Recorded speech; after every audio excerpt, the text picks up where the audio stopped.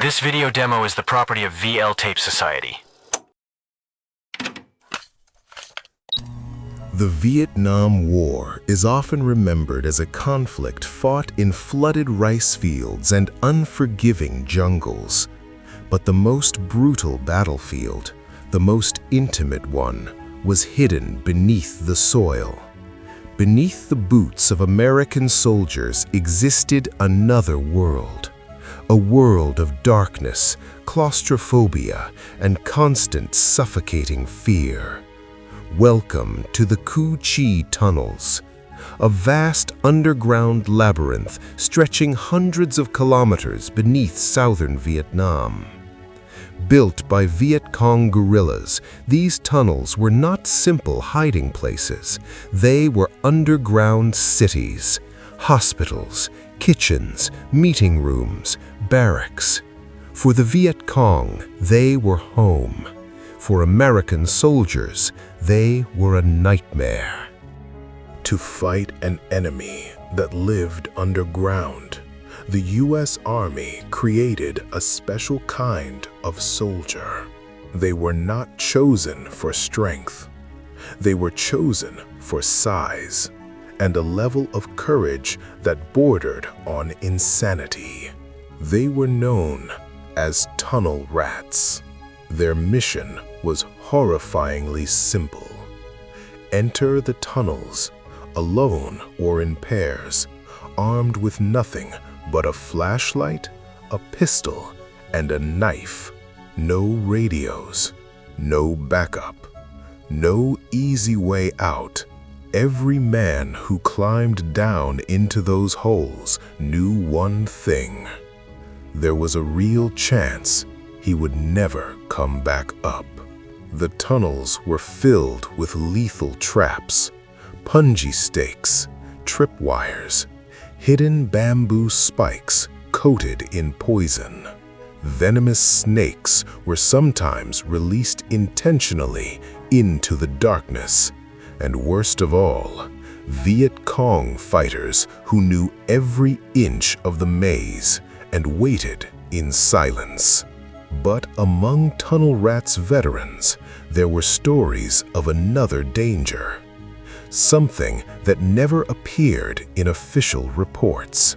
Something they whispered about late at night, far away from officers. They called it the Tunnel Guardian. Sergeant David, or Dave Miller, was a veteran tunnel rat. He had crawled into dozens of tunnel systems and survived.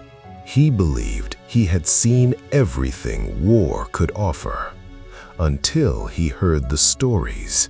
They came from younger soldiers who returned from tunnel missions with hollow eyes. Men who looked decades older than they should have. Some had hair turning gray after only weeks in the field. They spoke of strange sounds in the tunnels, not Viet Cong voices, not movement, whispers, as if the dirt walls themselves were speaking. They spoke of shadows moving just beyond the reach of their flashlight beams. Shadows that vanished the moment they turned their heads. But the story, repeated more than any other, was always the same. A figure. Not an American soldier, not a Viet Cong fighter. They described an old monk, a bald head, a tattered saffron robe, sitting cross-legged at dead-end intersections deep underground. The monk never attacked, never spoke. He simply sat there, staring into the darkness. But his appearance was always a warning. Any team that saw him would lose a man that same day, to a trap, to an ambush, as if the monk was not killing, but marking. Dave laughed at the stories. To him, they were nothing more than hallucinations born from stress, darkness, and oxygen deprivation. Men's minds breaking under impossible conditions. Ghost stories to explain random death, until the day he was assigned his final mission. Intelligence reports indicated a newly discovered tunnel complex, unmapped, believed to be a regional Viet Cong command post. The mission was critical. Dave was ordered to lead a small team, just 2 men, himself and a young soldier named Corporal Evans. It was Evans' first tunnel mission. He tried to hide his fear, eager to prove himself, but Dave could see it. The nervous hands, the shallow breathing. When they found the tunnel entrance hidden beneath thick bushes, Dave felt something was wrong. The air around the hole felt colder, heavier. "Stay behind me," Dave said quietly. "Don't touch anything unless I tell you to." Evans nodded. His face was pale. They descended one at a time into the earth. Heat and humidity swallowed them instantly. The smell of damp soil filled their lungs, and something else, faint, almost like incense. It made no sense. This tunnel felt different, older. The walls were more compact, harder. For the first hour, everything went smoothly. They cleared several empty chambers, disarmed 2 simple wire traps. Dave began to relax. Maybe his instincts were wrong. They reached a 3-way tunnel intersection. Dave motioned for Evans to move slowly down the center passage. Evans nodded and crawled forward. That's when Dave saw it. At the far end of the left tunnel, right at the edge of his flashlight beam, sat a figure. A bald head, a filthy orange robe, cross-legged, completely motionless. The monk. Dave's heart stopped. Every story he had ever mocked came flooding back. This was no hallucination. The figure was solid, real. He tried to shout at Evans to stop, to come back, but his voice died in his throat. Cold spread through his body, locking his muscles in place. And then, from the center tunnel where Evans was crawling, came a soft click, barely audible, followed by a short hiss. Evans froze. He turned toward Dave. His eyes were wide, his mouth opened as if trying to speak. Then he collapsed sideways, without a sound. Dave forced himself to move. Training finally broke through the paralysis. He crawled toward Evans, every inch of the tunnel suddenly feeling tighter, closer, as if the earth itself was closing in. Evans lay motionless. His body was twisted at an unnatural angle. Dave saw the thin wire stretched across the tunnel, a tripwire connected to a hidden punji trap. Bamboo spikes, sharpened to a point, had sprung upward from the floor. One of them had pierced Evans' chest. There was no blood spray, just a slow, dark stain spreading across his uniform. Evans was already dead. Dave swallowed hard. He turned his flashlight back toward the left tunnel. The monk was gone. No footsteps, no movement, no sign that anyone or anything had ever been there. Only bare dirt walls. Dave backed away slowly, careful not to trigger another trap. Every shadow now looked alive. Every sound, his own breathing, the scrape of fabric against soil, felt unbearably loud. He dragged Evan's body just far enough to recover his dog tags. That was all he could do. Then Dave began the crawl back toward the surface. The tunnel seemed longer on the way out. Passages that had been clear now felt unfamiliar. Turns twisted when none should exist. At one point, Dave was certain he was crawling in circles. And then he heard it again. Soft chanting. Low, rhythmic. Not Vietnamese, not English. Something older.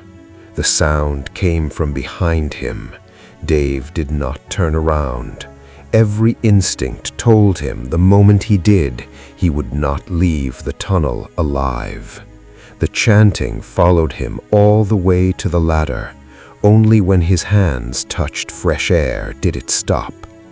Dave climbed out of the tunnel shaking, drenched in sweat. He collapsed onto the jungle floor. Other soldiers rushed over, asking questions. Where was Evans? Dave said nothing. He couldn't. The official report was short. Corporal Evans, KIA. Cause of death, punji trap. Tunnel cleared. No mention of chanting, no mention of a monk, no mention of anything supernatural. Dave was ordered to rest, but he never slept the same way. Word spread quietly through the unit. Evans had seen the monk.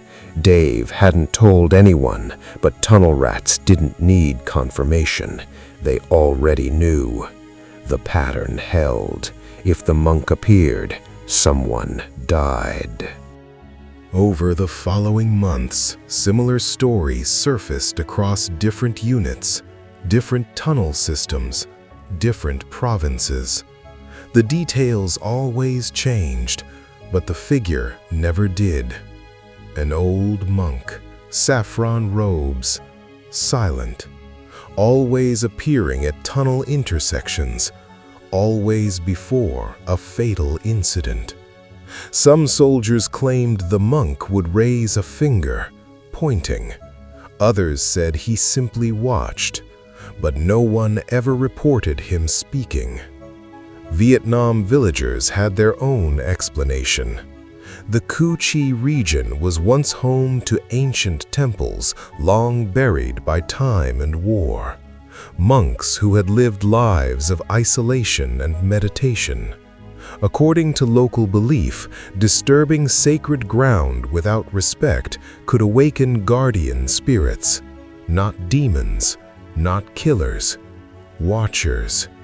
Beings that do not interfere directly, but ensure balance is restored through consequence. Military psychologists dismissed the stories. They blamed sensory deprivation, extreme stress, darkness, lack of oxygen. The human brain creating patterns to cope with constant death. Tunnel rats, after all, operated under conditions that pushed the mind beyond its limits. Hallucinations were expected, and yet, some details were difficult to explain. Why did different soldiers in different locations describe the same figure? Why did experienced tunnel rats, men who had survived dozens of missions, refuse to enter tunnels after a single sighting? Why did even Viet Cong defectors warn Americans to avoid certain tunnel branches? They used the same word, Nguy Canju, the Guardian. Dave Miller completed his tour in Vietnam. He survived the war, but the war never left him. He never entered tight spaces again. He couldn't ride elevators. He couldn't crawl under houses. At night, he dreamed of dirt pressing against his chest, of chanting echoing through tunnels with no end. In every dream, just before waking, he would see the monk, still sitting, still watching. Years later, after the war had ended, Dave was interviewed by a military historian. Off the record, no cameras, no notes. When asked about the tunnels, Dave went silent for a long time. Then he said one sentence: "We weren't alone down there, and we were never supposed to be." He refused to elaborate. Today, the Cu Chi tunnels are a tourist site. Visitors crawl through reinforced sections with electric lights and widened passages. Guides tell stories of traps, tactics, and survival. But former tunnel rats avoid the place. They refuse to return, because the tunnels tourists see are not the real tunnels. The deeper sections remain sealed, collapsed, or deliberately closed. Locals say some things are better left underground, undisturbed. War scars the land, sometimes permanently, and sometimes the land remembers. The story of the tunnel rats is not just about bravery or sacrifice. It is about intrusion, about what happens when humans force their way into places never meant for them, places that already have guardians. This has been VL Tape Society, and this was the true story of the tunnel rats and the monk who marked men for death in the tunnels of Cu Chi.